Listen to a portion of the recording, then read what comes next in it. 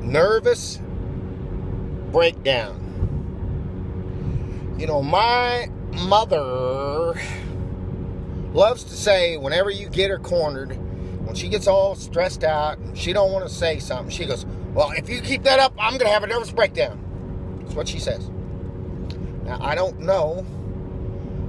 She had a thyroid problem when I was 16.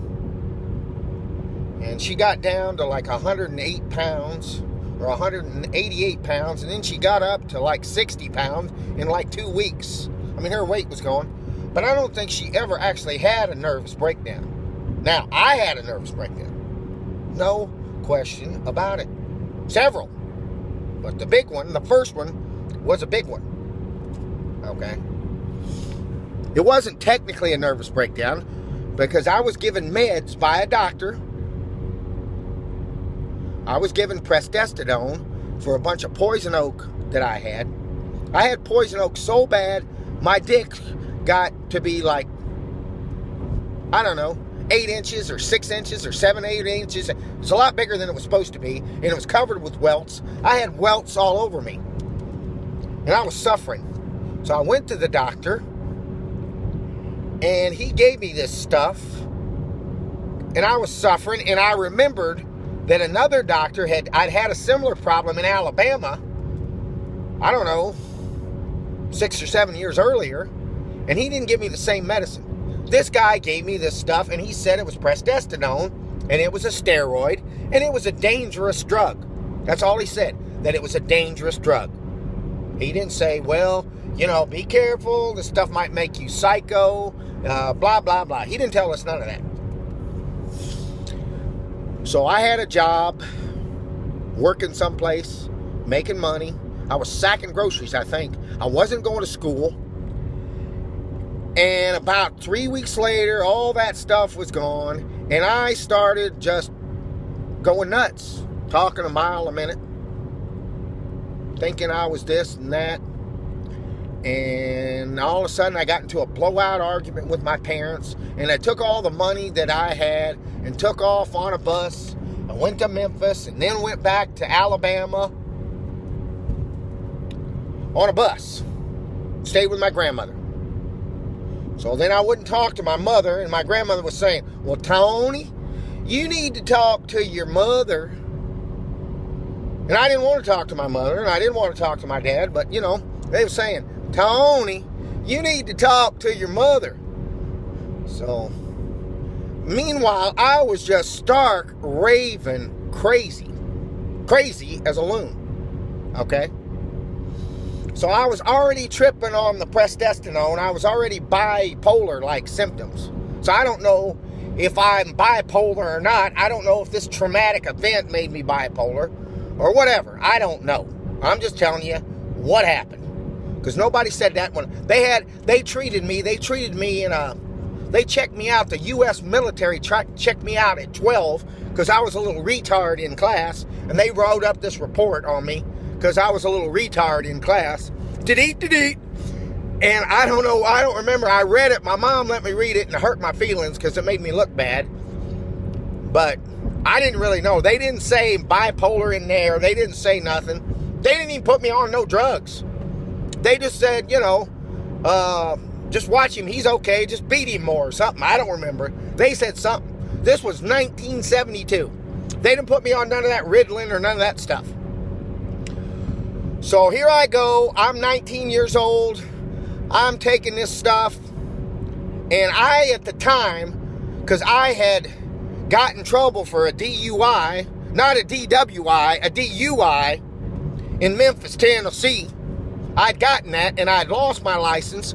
So I was walking back and forth to work because I'd lost my driver's license because, you know, I didn't take the test. I didn't want to blow in the test. So I didn't take the test.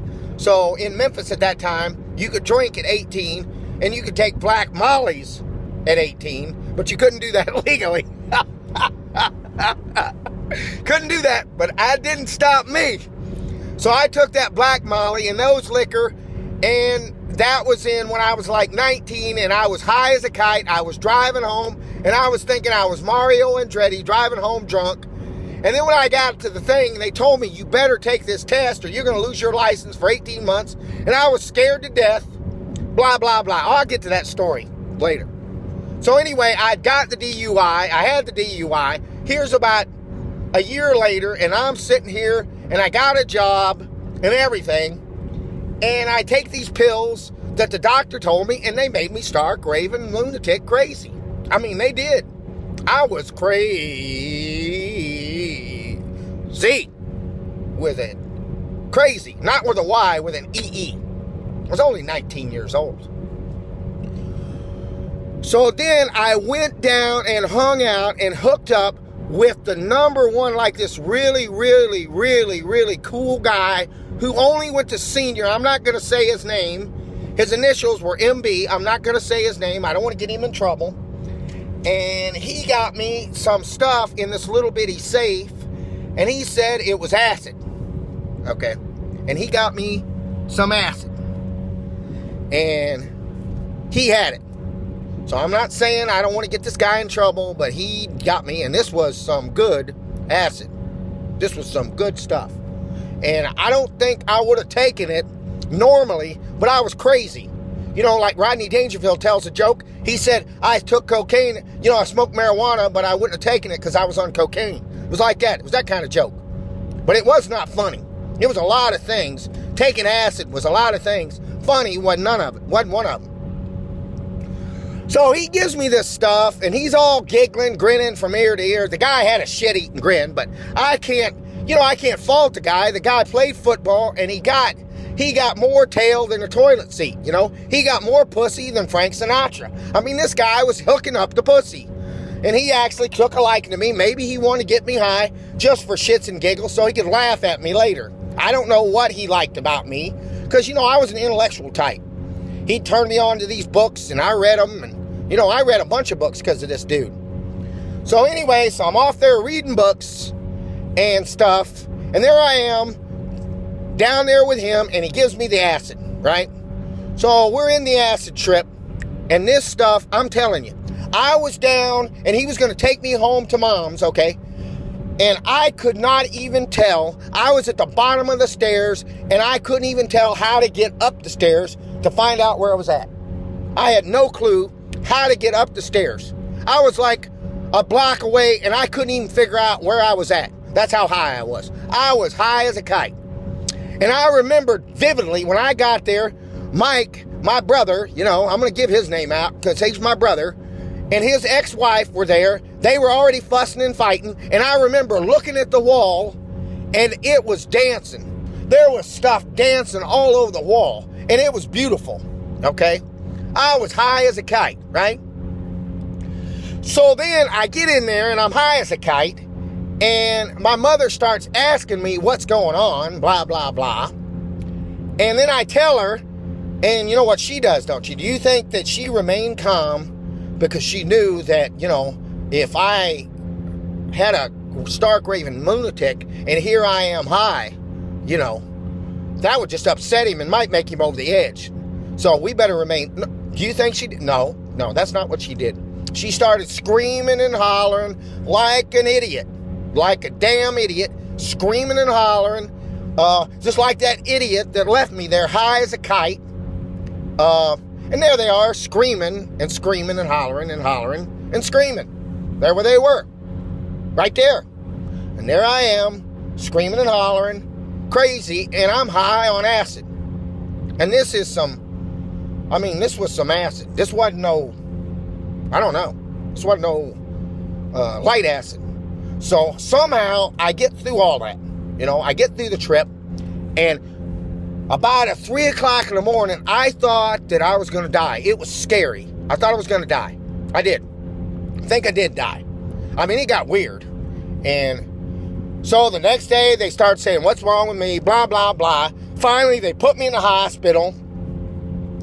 And I go to this place called Lakeside in Memphis, Tennessee. And my dad got me in there. And my dad was more worried about the money than he was about me. But he put me in there. And then as soon as they put me in there, they started reading the books that I was reading. And they got the one about Dostoevsky where the dude wanted to kill his father. Okay? So that was exactly what my father glommed onto, that it was that I wanted to kill the father just because the guy in Dostoevsky book, The Brothers Karamazov, the dude wanted to kill his father, and I'm sitting there in the hospital, all just barely convalescent, and the dude comes in there and screams and hollers at me in there while I'm sick as a dog, you know. So anyway, long story short, they give me this stuff. They keep me doped up on Elevil. I remember there was like one time where this chick come in there, and I was like a stark raving lunatic, and they said, and she was hot. She was a redheaded chick.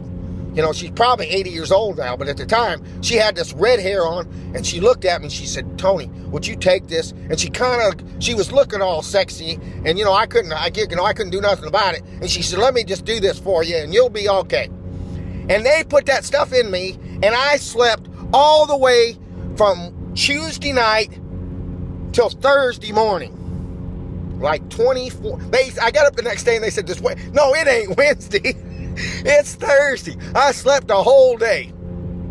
And I think they gave me some Thorazine. I share something in common with Richard Milhouse Nixon. We both had Thorazine. So they got me on that stuff. They got me all doped up. And they got me all fixed up. And I took the stuff.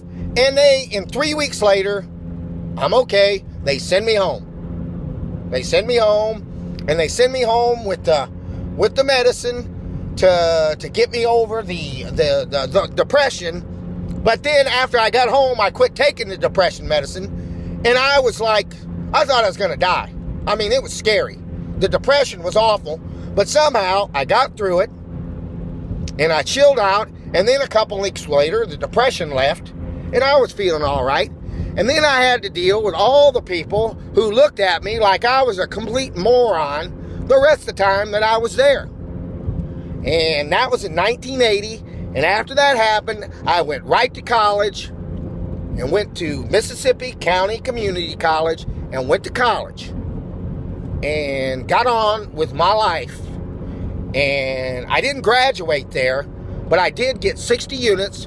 And then I went on to North Texas State, where I met my first wife, and then I finished my college degree down at good old, what is that place called? The University of Texas at Dallas. That's where I finished. All them places. So, long story short, I had a nervous breakdown, but it kind of shook me up. I went back to college. It screwed my life up. Everybody thought I was a crazy person, but I did get to take the acid and have a nervous breakdown, which it was all kind of worth it. It really bothered everybody else a lot more than me. I was having fun because I was having a nervous breakdown. The whole thing about the acid, the time when the acid was about to get me, that was not worth it. That was like the scariest that I've ever been in my life. And that MB guy, he's either a guru or he's the biggest idiot in the world. Okay? So anyway, that's the story of my nervous breakdown. And anyway, if you didn't want to watch this and you're mad at you being mentioning this, you know, maybe you should have took a little better care of me. How about that? Huh?